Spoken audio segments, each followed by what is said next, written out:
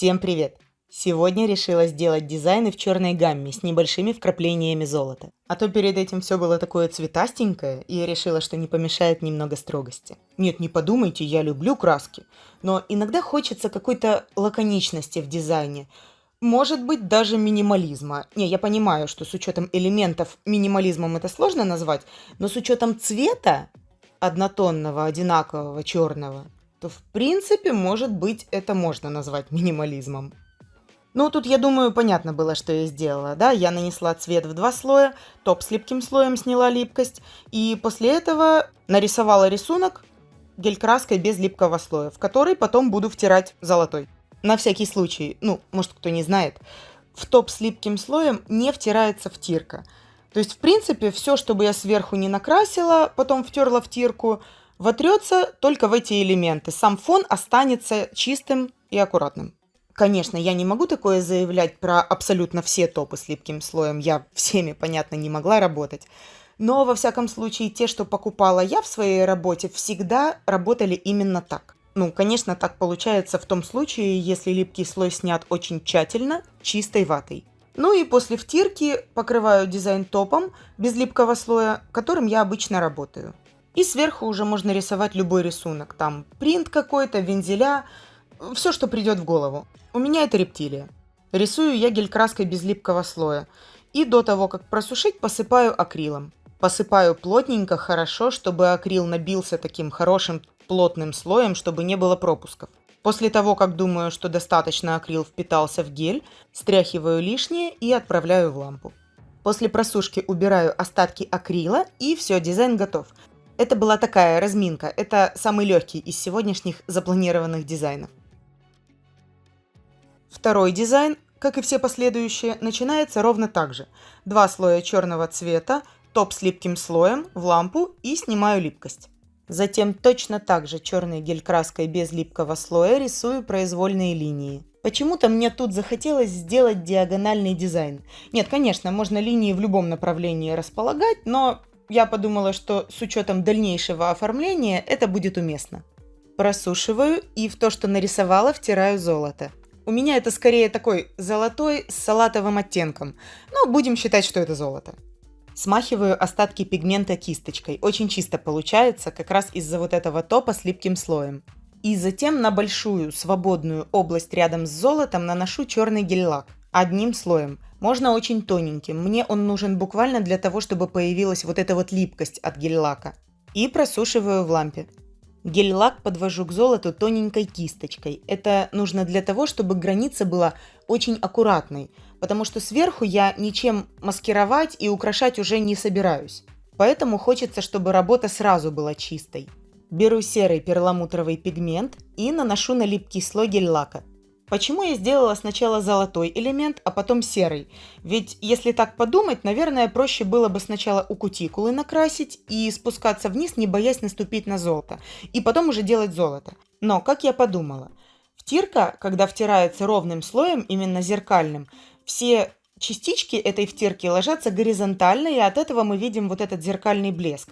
А когда мы втираем на липкий слой, то частички, все крупинки ложатся как попало, поэтому зеркального блеска нет. И естественно, что если они легли как попало, то между ними могут остаться какие-то промежутки с тем же остаточным липким слоем гель-лака. И если бы я сначала втерла серый, а потом наносила бы золотой, то где-то в эти промежутки мог бы попасть золотой, и это было бы уже на контрасте видно, некрасиво. А серый в золото, соответственно, уже не вотрется, потому что золото настолько плотно своими частичками легло друг к другу, что там уже места другому пигменту просто нет.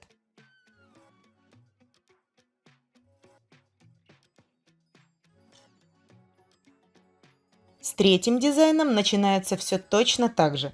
2 слоя цвета, топ с липким слоем, в лампу и тщательно снимаю липкость.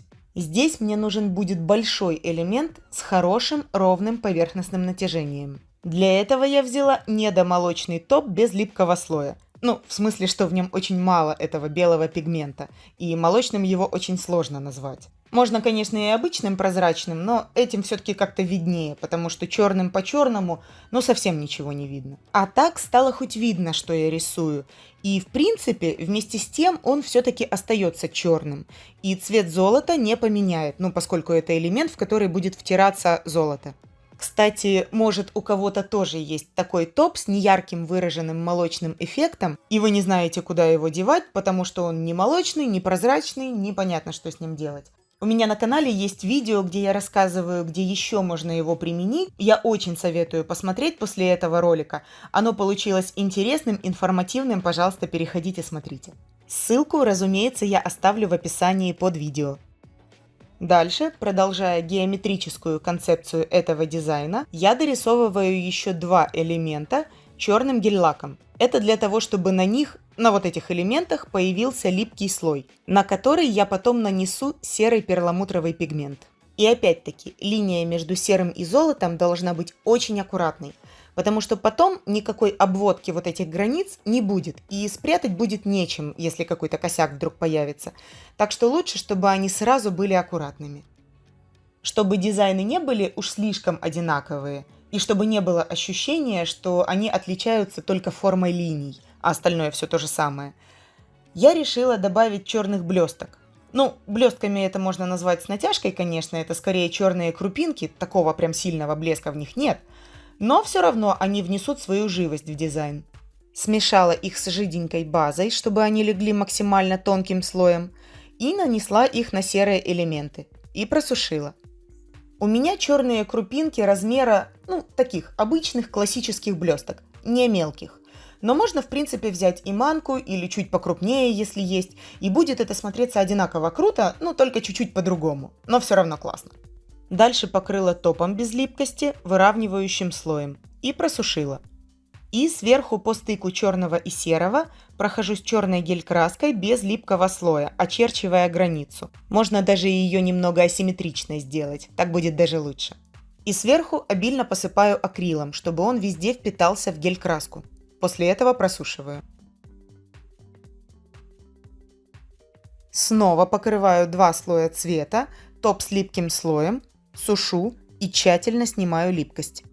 На всякий случай, свой топ с липким слоем я сушу минуту. Черной гель-краской без липкого слоя геометрически рисую линии.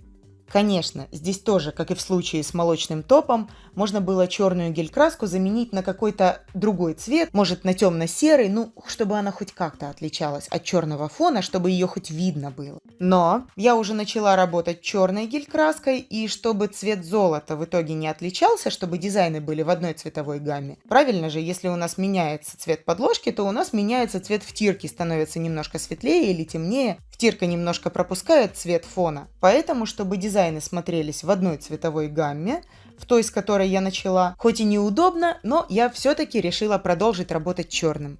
Дальше недомолочным топом, не знаю, у меня просто язык не поворачивается его назвать молочным, ну, потому что это не так.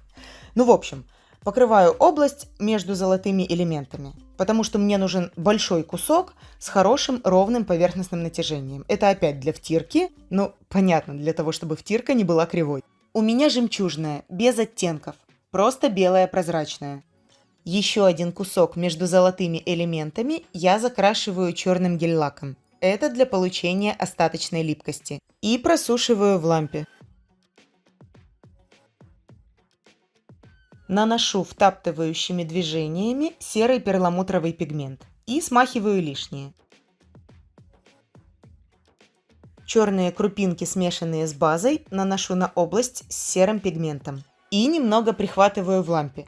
Сильно можно не просушивать, время не тратить, потому что сверху будет еще слой топа, который я высушу основательно. И этот как раз вместе с ним и досохнет. Покрываю глянцевым топом без липкости, выравнивающим слоем. И сушу в лампе. По топу некоторые границы цветов сверху дублирую черной гель-краской. Можно их сделать разной ширины, так будет интереснее. И очень обильно посыпаю прозрачным акрилом. После этого отправляю в лампу. Кстати, если у вас есть прозрачный акрил с каким-нибудь перламутром или, может, блестками, это тоже будет очень интересно и здорово смотреться. Однако нужно понимать, что блестки или перламутр должны совпадать с цветовой гаммой конкретно взятого дизайна. Ну и уже за сегодня по сложившейся традиции 2 слоя цвета, топ с липким слоем, сушу и снимаю липкость. Очень тщательно. Черным гель-лаком посредине ногтя рисую какой-то геометрический элемент, можно любой. Гель-лаком, опять-таки, для получения остаточной липкости. Просушиваю в лампе и втаптываю в липкий слой серый перламутровый пигмент. Затем мне понадобится обычная швейная иголка с тонким носиком. Можно дотс, но у дотса слишком крупный шарик, лучше иголка. И начинаю создавать на этой серо-перламутровой поверхности кучу царапин. В одном направлении, параллельно, чтобы это смотрелось аккуратно. Ну и параллельно тоже, насколько это возможно. Даже хорошо, что они где-то там пересекаются, эти полосы, да, где-то волной идут. Это даже красиво. Но я просто про то, чтобы они не шли перпендикулярно в этом смысле. Убираю с ногтя стружку, чтобы не было грязи, и покрываю матовым топом только этот элемент. И просушиваю в лампе. Стараюсь поверхность выровнять, насколько это возможно, потому что больше этот участок я ничем покрывать не буду. После просушки с матового топа снимаю, не липкий слой, что-то типа того. Вроде у него нет липкого слоя, но дело в том, что когда я после просушки рисую сверху гель-краской, то она с него начинает скатываться. И я решила этот вопрос так. Я просто обезжириваю матовый топ сверху, и тогда с него ничего уже не скатывается. Затем очерчиваю некоторые границы черного и серого фона черной гель-краской сверху и сушу, и туда буду втирать золото. Затем дублирую гель-краской золотые линии и дорисовываю на участке, где еще нет очерченной границы, и сушу в лампе. Линии можно сделать разной толщины, от этого композиция только выиграет. Здесь будет прозрачная белая втирка. Цвета она как такового не дает, но она дает сложность дизайну, при этом не делая его слишком навязчивым. После чего покрываю глянцевым топом без липкого слоя все оставшиеся участки, кроме матового. Но если хочется сохранить объем вот этого основного элемента так, как будто он не часть ногтя, а сверху какая-то нашлепка на ноготь, тогда, конечно, не стоит покрывать глянцевым топом все вот эти треугольники целиком. Стоит покрыть только линии с втирками. В этом случае цветной элемент очень хорошо выделится на черном фоне. Вот такая абстрактная геометрия у меня сегодня получилась. Если вам понравилось, очень прошу, не сдерживайте себя, ставьте лайк, подписывайтесь. А пока всем счастливо, до скорого!